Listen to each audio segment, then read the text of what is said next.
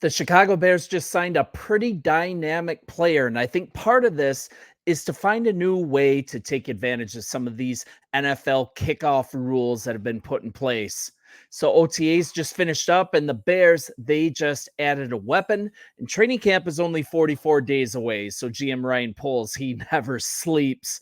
Former Chargers and Raiders wide receiver, special teamer, the weapon, DeAndre Carter, he's signing with the Bears, and that just came out today. So more speed for Caleb Williams in Chicago with the NFL new kickoff rules in play. And it's a bit of a homecoming here. He played 4 games with the Chicago Bears back in 2020 after he was claimed off waivers from the Texans at about the midseason mark. And remember Ted Ginn, he was doing the returner role poorly. He was in that position because, sadly, that was the year Tariq Cohen got hurt. Man, what a gut punch that was with him. He had such an incredibly promising career ahead of him here in Chicago.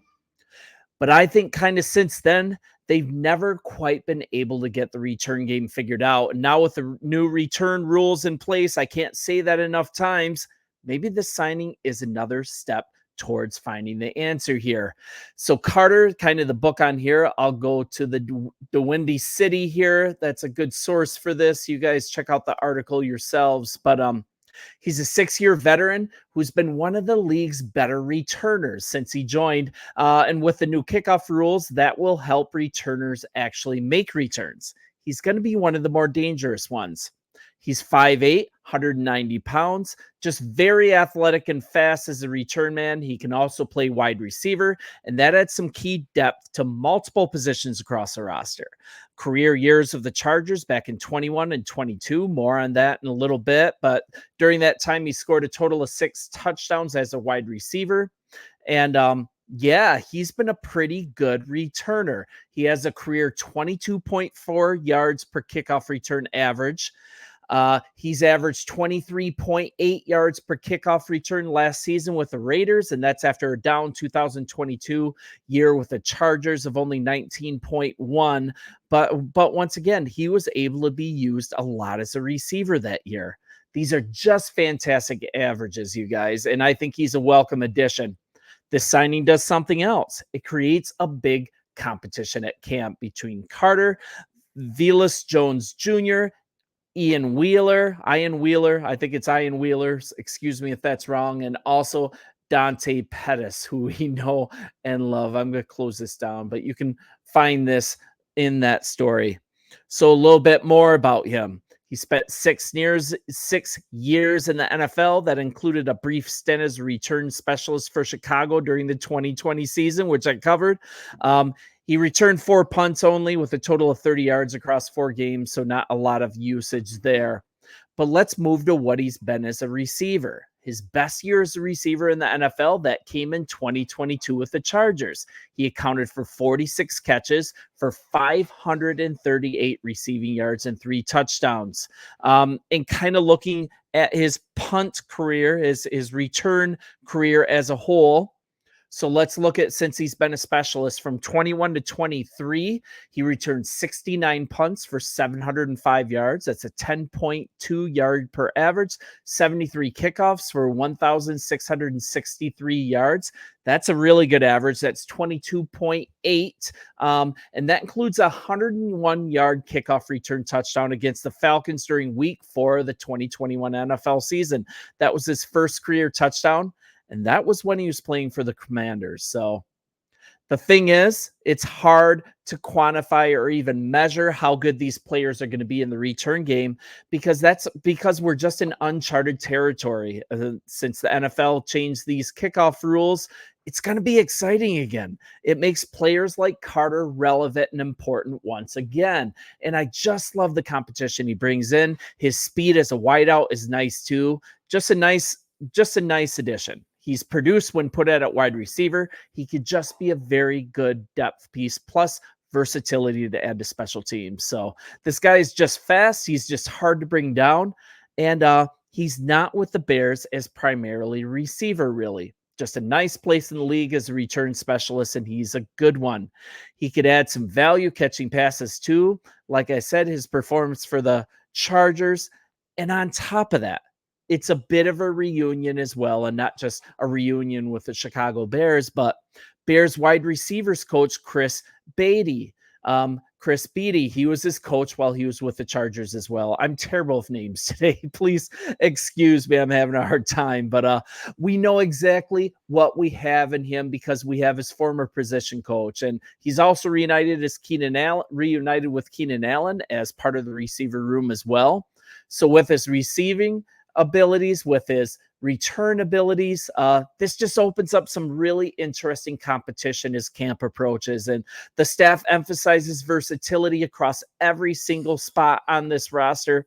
And Carter, he just fits that with a T. So if you're in, let's talk through some training camp battles here. And this is horrible news for Velus Jones Jr. His speed, it just screams playmaker, right? But he hasn't really proven he can consistently catch a football. Ball security issues say otherwise. On top of this, the Bears have speedy undrafted free agent Ian Wheeler out of Howard to further push for return reps in camp. So it's kind of tough. I kind of think the writing's on the wall here to impress the coaching staff. Potential only goes so far, and I think it's time for Jones to prove that he belongs on this roster. And being GM Ryan Poles' first offensive pick in the draft, that's not going to be enough to save his job if he doesn't really start producing. Frankly, the waiting game is over with him. And now we've got Tyler Scott. He's safe on the roster, I think, but continued talent coming in, that'll hopefully push him to develop. And for him to have the number 4 spot in the receiver room stitched up with a good camp. I think his development this year is also going to really show what type of teacher we have in Coach Beatty. I'll be watching him closely in particular just to kind of evaluate our wide receivers coach. And Dante Pettis, he's holding on to a roster spot as well. He flashed big time in San Francisco. I think especially if you play fantasy football, you noticed that. That was a while ago. He was looking like an emerging talent, but somehow he got into the doghouse with the coaching staff. I think it was said that he had some attitude issues. I hope he has those ironed out, but this is after being a second-round pick in 2018, and the Bears, they brought him back again. And he didn't play a single down of football last year. I believe it was due to a neck injury during camp.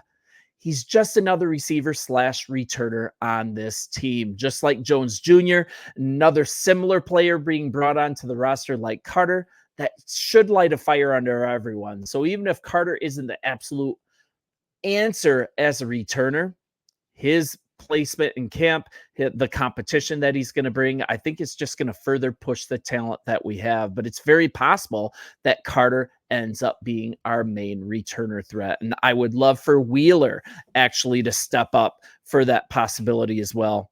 So we've kind of got a mixed bag to look out. After that, as far as receiver, we've got Webster, we've got Colin Johnson, Caleb's friend John Jackson III from USC. These guys are most likely practice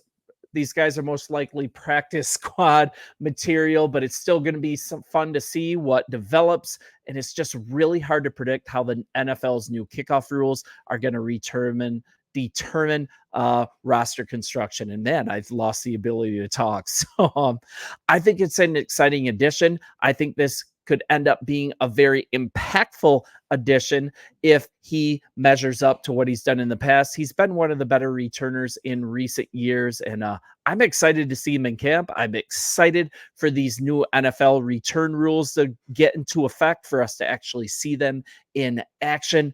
And man, Torrey Taylor, our punter, he tackles like a linebacker. And I think that is going to further show what a brilliant pick he was in the 4th rounder. I think the punt god, the punter from down under, we're getting all sorts of nicknames. He's starting to become a bit of a cult hero here. But I think the arrow is pointing up on special teams as well. So you guys let me know what you think. Bear down, and we'll talk soon. See you later.